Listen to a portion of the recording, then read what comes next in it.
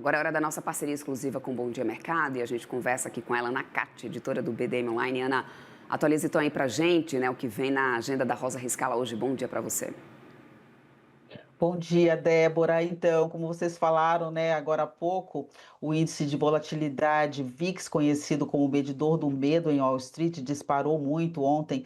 No fim da tarde estava em 22,53% por causa dos dois bancos regionais dos Estados Unidos, o Western Alliance e o Zions, que abalaram a confiança do mercado ao divulgarem problemas com empréstimos envolvendo alegações de fraude.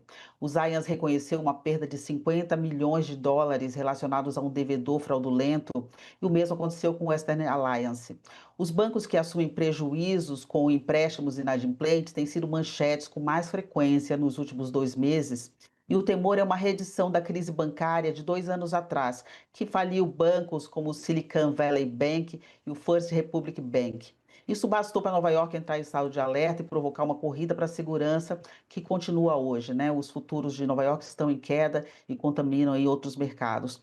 Ontem o investidor buscou proteção nos treasuries e no ouro, que subiu mais 2,45%. Analistas do HSBC já elevam a previsão para o preço do ouro ao nível dos 5 mil dólares por onça no próximo ano, graças a essa ampla incerteza. A crise também derrubou os grandes bancos, que vale dizer, não tem nada a ver com isso, né?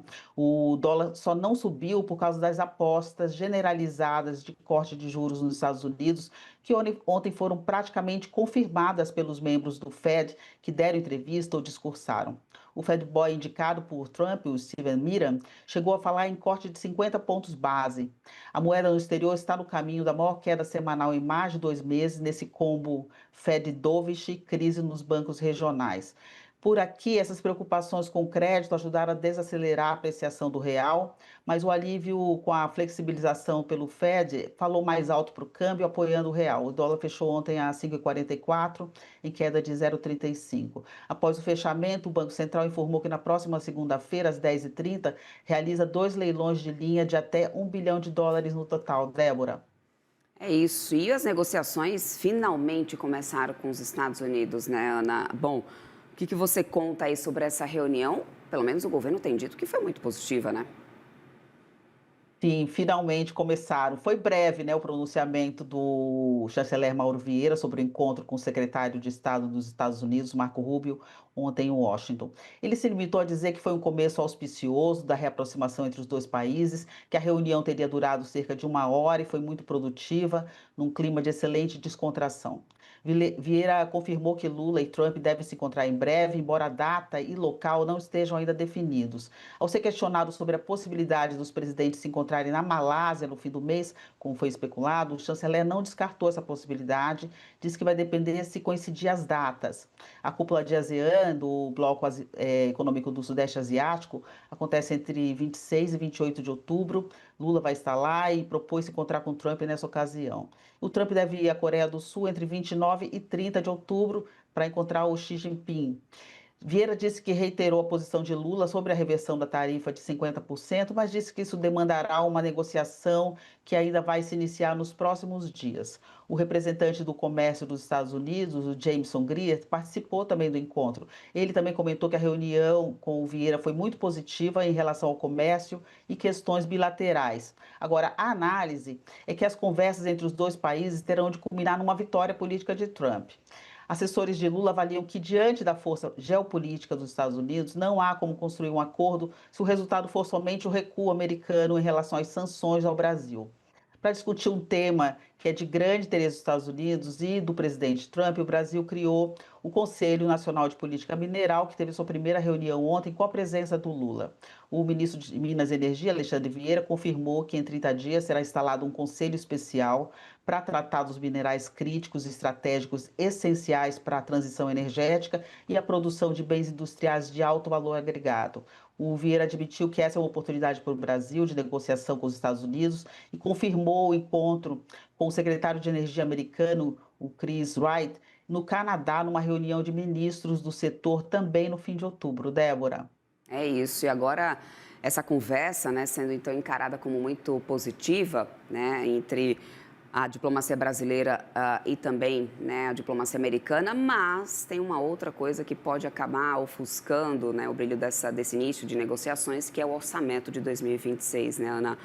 O que fazer para fechar essas contas de 2026? Olha, o governo não apresentou nenhuma proposta de arrecadação após a derrota da MP do IOF. A equipe econômica faz um segredo aí sobre os estudos e o ministro Fernando Haddad negou que tenha sido chamado por Lula na quarta-feira para apresentar essas alternativas para compensar a perda de receita com a queda da MP 1303. Ele disse que a pauta era outra.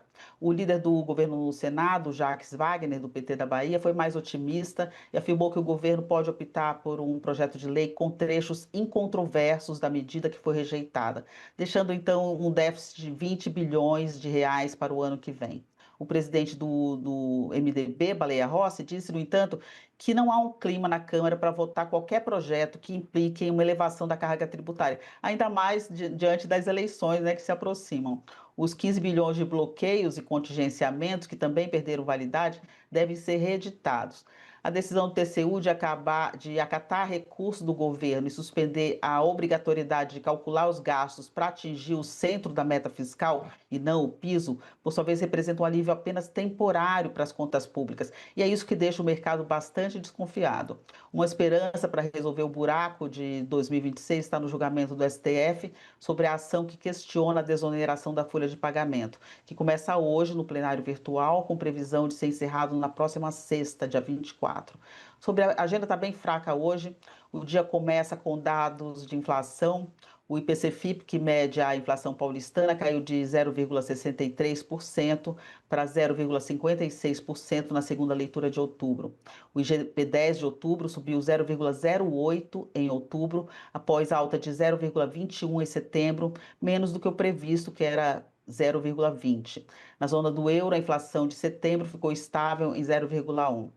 A agenda dos Estados Unidos é fraca hoje. O Fed Boy Alberto Miselan, que vota esse ano, participa de um painel às 13h15. E também saem os dados de petróleo da Baker Hughes, como toda sexta-feira, às 14 horas. Débora.